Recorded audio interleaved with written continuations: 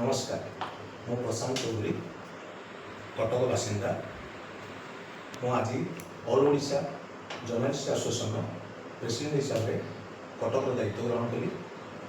आज मोर शपथ रहा सबू सांबादिक भाई मान सुविधा असुविधा निश्चिंत भाव में छेड़ा हेबी आगू जो प्रोजेक्ट कराव मुझे सबू सांबादिक मैंने आम सहित जुड़ी।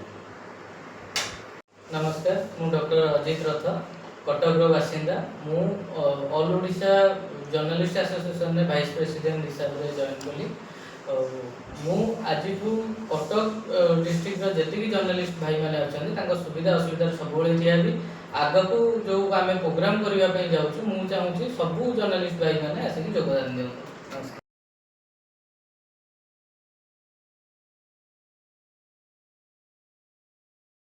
नमस्कार मु रजत कुमार महांती जय जगन्नाथ मु all Odisha journalist association Cuttack secretary दायित्व नेली।